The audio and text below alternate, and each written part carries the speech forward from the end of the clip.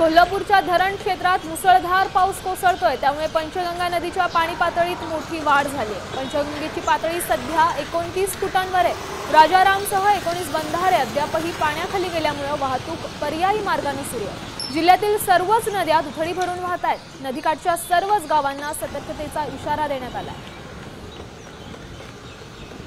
ही दृश्य कोल्हापूर मधली आहेत। पंचगंगा नदीच्या पाणी पातळीत वाढ झाली आहे।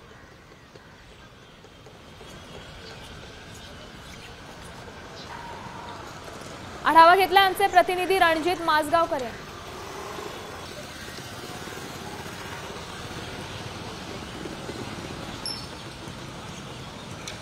आपण पाहू शकतोय धरण क्षेत्रात मुसळधार पाऊस पडलाय, त्याचाच परिणाम म्हणून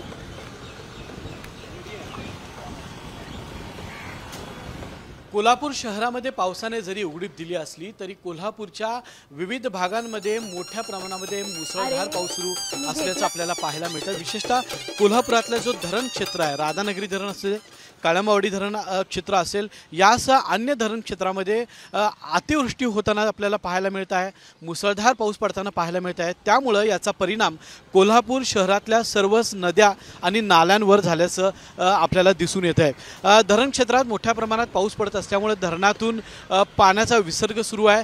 त्यामुळे भोगावती असेल, पंचगंगा नदी असेल, या पाणी पातळीमध्ये मोठी वाढ झाल्याचं आपल्याला पाहायला मिळत आहे। पंचगंगेची आजची पातळी जर पाहिली तर ती 29 फूट 1 इंच झालेली आहे।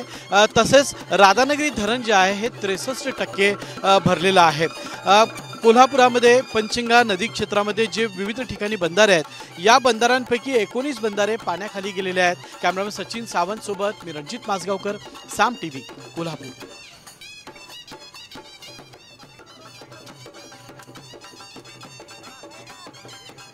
पुढची